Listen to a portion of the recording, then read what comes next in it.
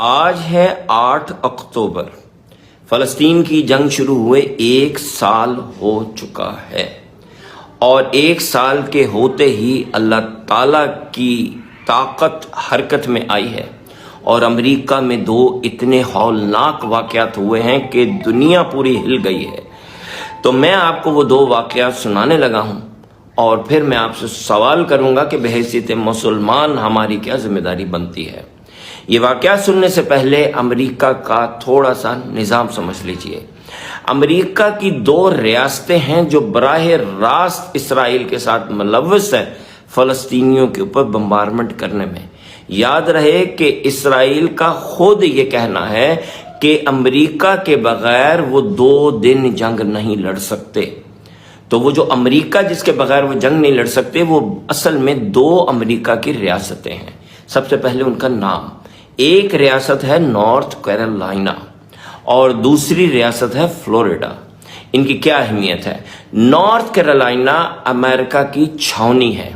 اس ریاست کی تقریباً 1 کروڑ آبادی ہے، اور تقریباً ساری آبادی جنگی ساز و سامان بنانے میں یا ملٹری بیسز چلانے میں ملوث ہے۔ یہاں امریکہ کے 7 سب سے بڑے اڈے ہیں، سب سے بڑے اڈے۔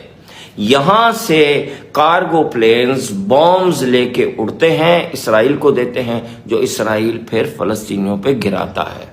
تو یہ تو ہو گیا نارتھ کیرولائنا۔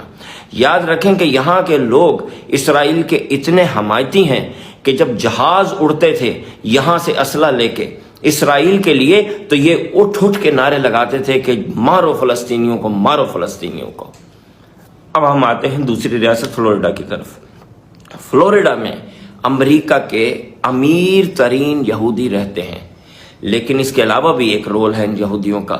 یہ وہ یہودی ہیں جو امریکی کانگریس کے اوپر اثر انداز ہوتے ہیں، اور وہاں سے بل پاس کرواتے ہیں، وہاں سے ایڈ پاس کرواتے ہیں، جو کہ پھر نارتھ کیرولائنا جاتی ہے، وہاں سے وہ بام شپس جہازوں پہ بیٹھتے ہیں، رکھے جاتے ہیں، اور وہ آگے جاتے ہیں۔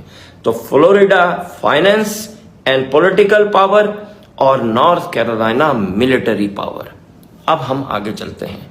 آج سے 10 دن پہلے اللہ تعالیٰ نے سمندر سے ایک بہت بڑا طوفان اٹھایا، جس کا نام گوروں نے تو رکھا ہیلینا، لیکن ہم اس کو اللہ کا عذاب بھی کہیں گے۔ یہ طوفان سمندر سے اٹھا اور باقی کی ساری ریاستوں کو چھوڑتے ہوئے سیدھا ہٹ کیا، جیسے کوئی بہت بڑا بامبر ہے جو بم گرانے جا رہا ہے۔ اس نے سیدھا ہٹ کیا کس کو؟ نارتھ کیرولائنا کو۔ اور اب آج 10 دن کے بعد نارتھ کیرولائنا کی کیا سچویشن ہے یہ سن لیجئے، لیکن اس سے پہلے ایک مزے کی بات سنیے۔ ورلڈ بینک کا اندازہ ہے کہ فلسطین کو ری بلڈ کرنے میں $35 بلین لگیں گے۔ ٹھیک ہے، اب ہم آگے چلتے ہیں۔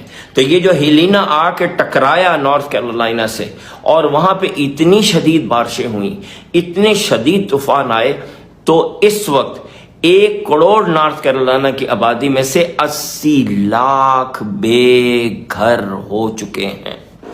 نہ ان کے پاس پینے کو پانی ہے، یاد رکھیے فلسطین کو، نہ کپڑے ہیں، نہ کھانا ہے، نہ چھت ہے، کھلے آسمان تلے پڑے ہیں۔